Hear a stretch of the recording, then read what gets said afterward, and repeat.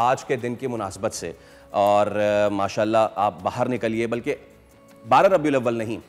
جب وہ جس کہتے ہیں نا جس سہانی گھڑی چمکا طیبہ کا چاند، تو یکم ربیع الاول سے ہی جو ہے تمام تر عالم اسلام میں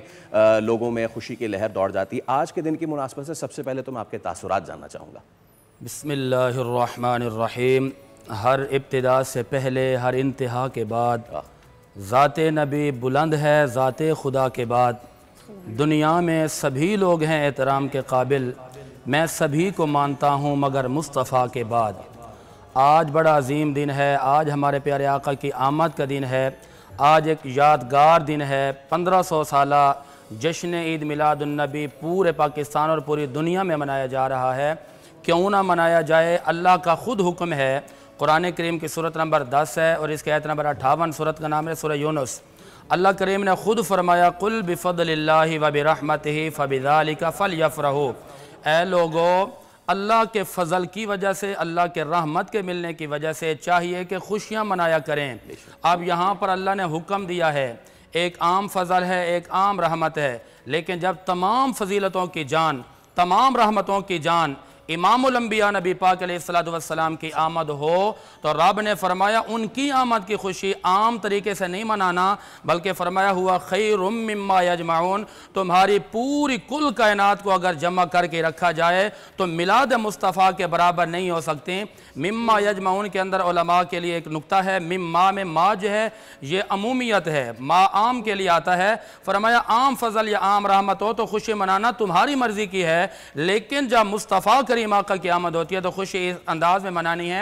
جس طرح میں رب چاہتا ہوں، یعنی گلی گلی، نگر نگر، کوچہ، گھر، محلات، علاقے، شہر کو، در و دیوار کو سجا کر اللہ کی بارگاہ میں شکر ادا کرنا ہے کہ مالک تو نے ہمیں محمد عربی جیسی عظیم نعمت عطا فرمائی ہے، اور پیارے حبیب علیہ السلام کی یاد منانا چاہیے، اور یہ اسلامی شاعر میں سے ہے اور اسلام نے خود حکم دیا ہے کہ یاد منانا چاہیے۔ آپ سب جانتے ہیں کہ جب زائرین اور حجاج کرام عمرہ کرنے کے لیے یا حج کرنے کے لیے جاتے ہیں، روایت بڑی توجہ طلب اور ایمان افروز ہے، بخاری کے اندر موجود ہے، کتاب الحج ہے اور باب التلبیہ ہے، اس کی جلد 2 صفحہ ہے، 561 حدیث نمبر ہے 1474، اور اسی طرح حدیث کی بخاری کی حدیث نمبر ہے 5571، اور ابو داود کی حدیث نمبر ہے 1812، اور اسی طرح یہی روایت مسلم کے اندر موجود ہے، مسلم شریف کتاب الحج ہے، باب کیف التلبیہ ہے، اس کی جلد نمبر 2 ہے، اور حدیث نمبر ہے 841، اور حدیث نمبر 1184 بھی ہے، ترمذی کی جلد 2 ہے، صفحہ 187 ہے، حدیث نمبر ہے 825۔ آج جتنے بھی زائرین یا عمرہ کرنے والے، حج کرنے والے جاتے ہیں نا، تو ہر بندہ یہ کہتا ہے